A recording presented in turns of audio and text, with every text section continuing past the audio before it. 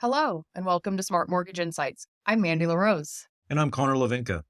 Today, we're going to talk about now that you've found a house, how do you really go about knowing what the condition and the value of the property are? So, the first thing you're going to get when you put in your offers, you're going to get a disclosure statement from the seller. That disclosure statement is going to tell you, as the buyer, to the best of their knowledge, what's happened with the house during their ownership and prior. When was the roof last changed? When was the septic replaced? When was the furnace changed? Has there been a leak in the basement? Things that you would really like to know that affect the condition of the house.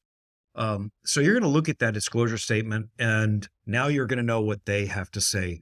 But we really want to know independently what a third party has to say. So we're going to hire you are going to hire, as the buyer, a third party home inspector. This person will have nothing to do with the transaction. It's actually optional, believe it or not, but we strongly encourage you to get a home inspection report.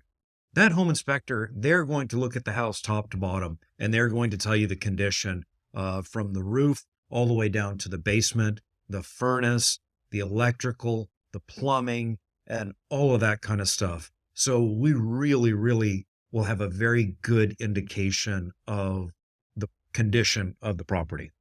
Absolutely. And a home inspection I don't know why anyone would buy a house without getting one. Yes, they can cost, range from $400 to $700, just really depending on the property. It's a condo, single family home, how big it is, things like that. But I you would you just it's very important that you have a home inspection. And it's also really important too that you have a home inspector that's going to be willing to show you the home while you do it. So the home inspection is something you get to be a part of.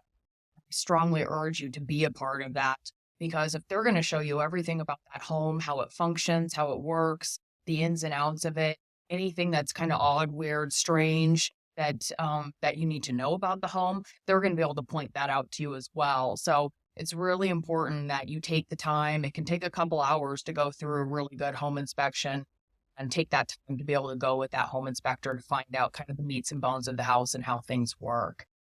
Will help you in the long run for sure too.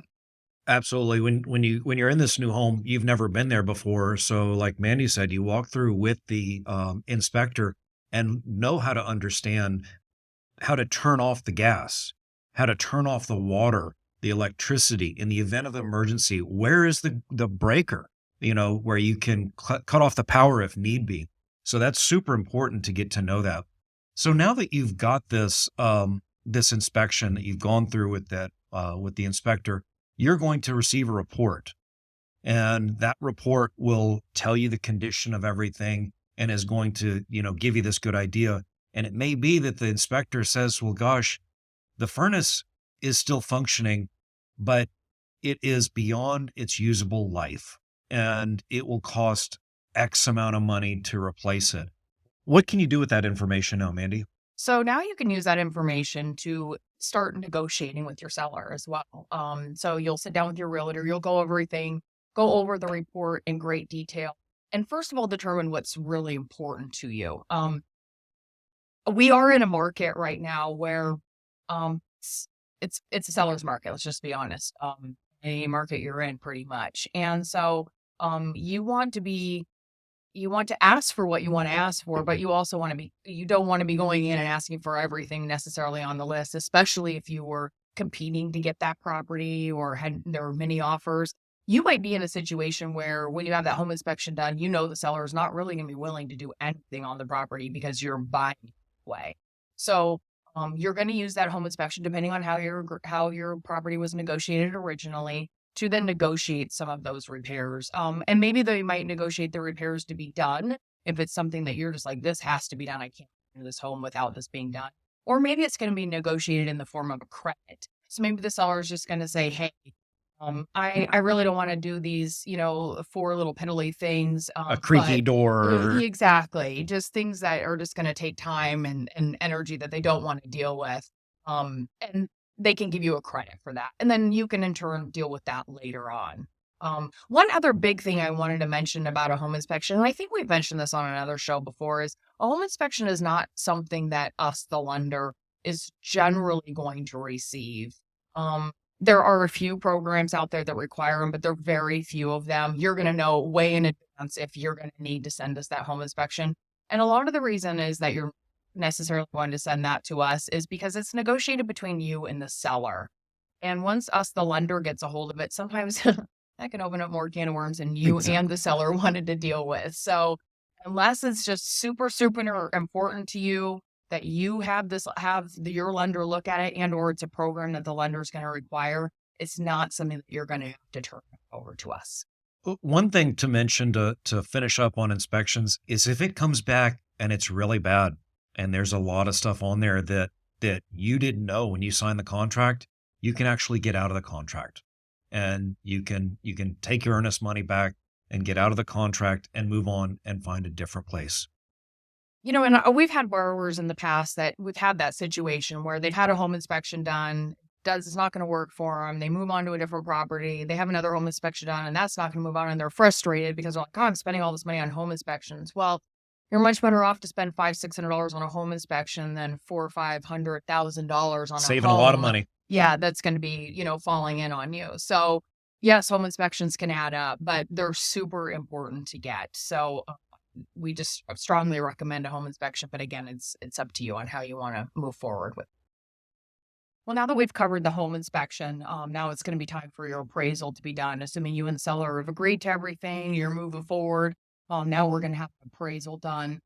The appraiser, again, is an independent party. We do hire them. However, all appraisals are done on a rotation base. We're not picking the one person to do it. It's all done on rotation. It's ordered by us. The lender is generally paid for by the buyer nowadays. However, there are some times that the seller is paying for it, and or you will see where the buyer is paying for it up front, and then the seller is going to reimburse closing. An appraisal is basically what is going to determine the value. So it's going to give us fair market value on the property. It's going to give us the best use of that property. And if there are any health and safety items that is showing up on the property when the appraiser goes to the property, they will then call them out. The appraiser is not a home inspector, and generally, they are not receiving a copy of the home inspection.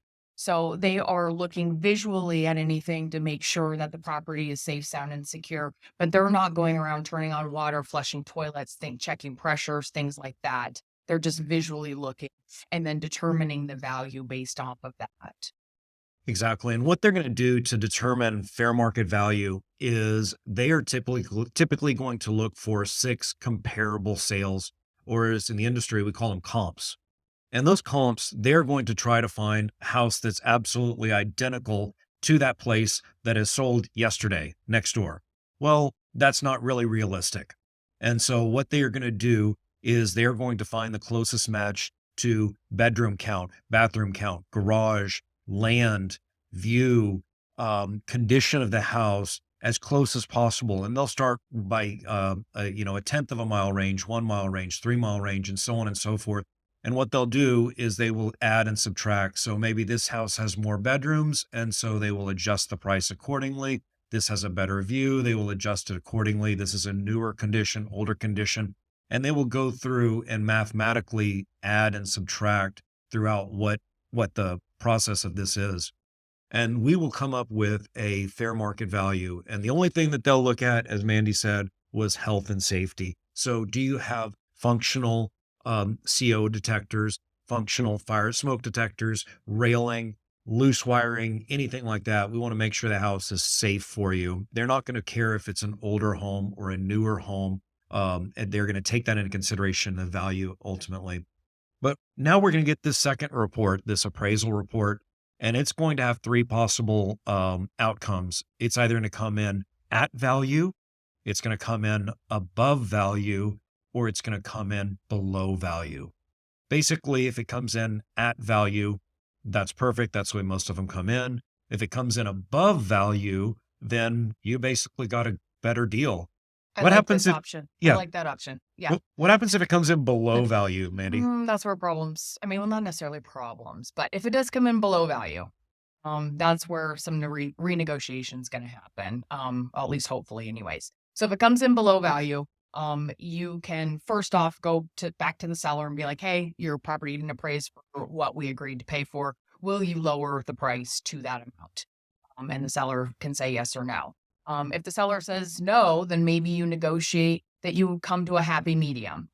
Maybe you meet in the middle somehow, something like that. And when you do meet in the middle, and or the seller says no, I'm not going to renegotiate. This is the sales price, and you, the buyer, still want to buy the home, then you will pay above and beyond. You will pay that difference between the appraised value and the sales price, along with whatever your down payment is and everything too. So do be aware of that. And or if the seller says, hey, I'm not willing to negotiate this, and you say, hey, I'm not willing to buy your house, well, then you get to walk away. You get your earnest money back. That transaction is done. Absolutely. We hope this really helped today. If you have any questions about this, please feel free to email us at podcast@residentialmtg.com. Otherwise, we'll see you next time. Thanks. This podcast is sponsored by Residential Mortgage LLC, NMLS numbers 167729, 196 576, and 1820404. Equal housing lender.